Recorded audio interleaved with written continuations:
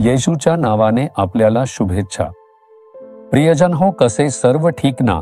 आजचा दिवस तुमच्यासाठी आशीर्वादाचा, हा चमत्कारांचा दिवस आहे. आज तुम्हाला चमत्काराची गरज आहे.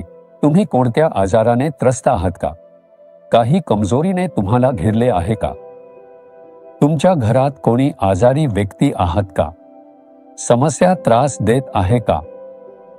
काहीही असो, आपल्याकडे चमत्कार करणारा प्रभू आहे. आपण हे सर्व पार करू शकतो.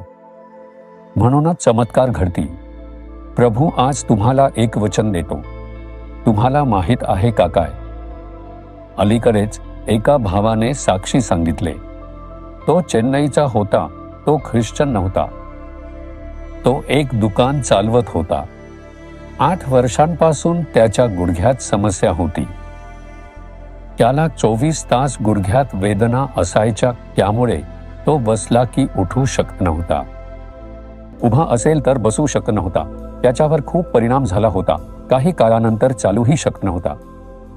तो डॉक्टरकडे गेला तेव्हा त्यांनी स्कॅन केले आणि सांगितले, तुमचे गुडघे खराब झाले आहे. आपल्याला त्यांच्यावर शस्त्रक्रिया करावी लागेल. तरीही हे नक्की बरे होईल का हे ते सांगू शकले नाही.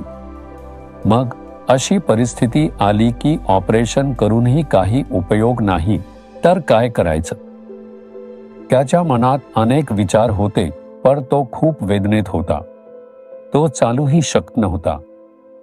मन तुटले होते. गुडघ्यांना 24 तास वेदना होत होत्या. तो चालू शकणार नाही, भीती होती. त्याला चालण्यासाठी काहीतरी धरावं लागत होतं.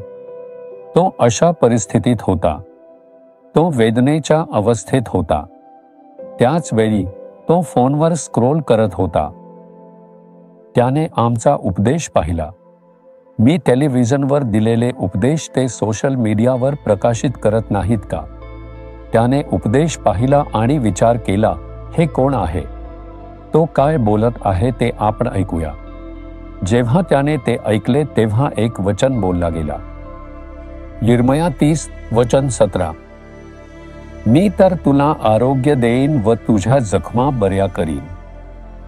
त्या दिवशी मी हा वचन म्हटला. जेव्हा त्याने फोनवर पाहिला तेव्हा त्याला वाटले माझ्यावर लागू होते.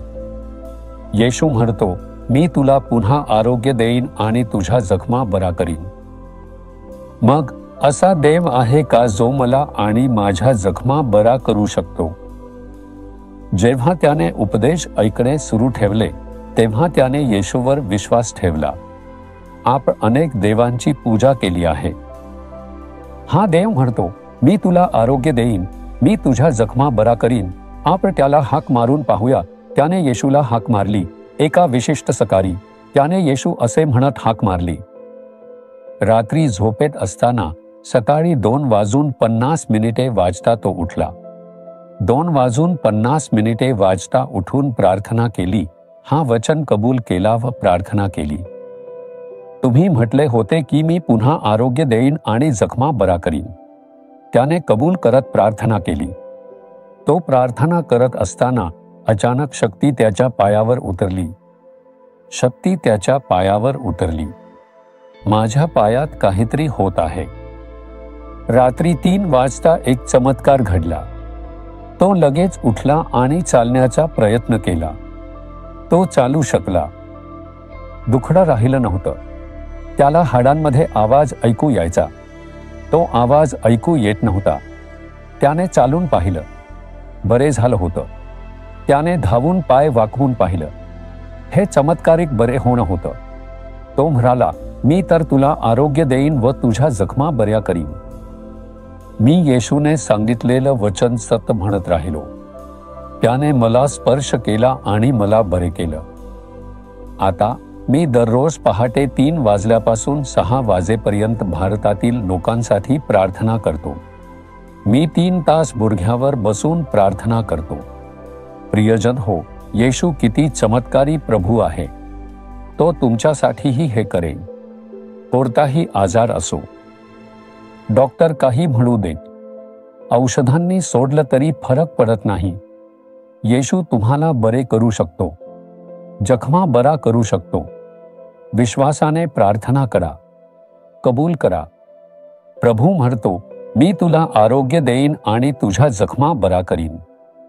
कोणताही आजार असो, जिथे आजार आहे तिथे तुमचा हात ठेवा. तुमच्या कुटुंबात कोणी आजारी असेल त्यांचा हात ठेवा. प्रभू म्हणालास, मी तुला आरोग्य देईन आणि तुझ्या जखमा बरा करीन. त्या वचनानुसार येशूच्या नावाने आता मला आरोग्य मिळू दे. आता माझ्या प्रियजनांना आरोग्य परत मिळू दे. या जखमा बरा होऊ दे. येशूच्या नावाने बरे होऊ दे. येशूच्या नावाने आरोग्य मिळू दे. या जखमा येशूच्या नावाने नाहीशा होऊ दे. येशूच्या नावाने चमत्कारिक बरेपणा मिळू दे. माझा विश्वास आहे आज मला एक चमत्कार मिळतो. येशूच्या नावाने आमेन, आमेन. जीसस रिडीम्ड मराठी ह्या यूट्यूब चॅनेलला सबस्क्राईब करा. सबस्क्राईब बटनावर क्लिक करा आणि बेल चिन्हावरही क्लिक करा. दररोजच्या नवीन कार्यक्रमांची माहिती मिळवा.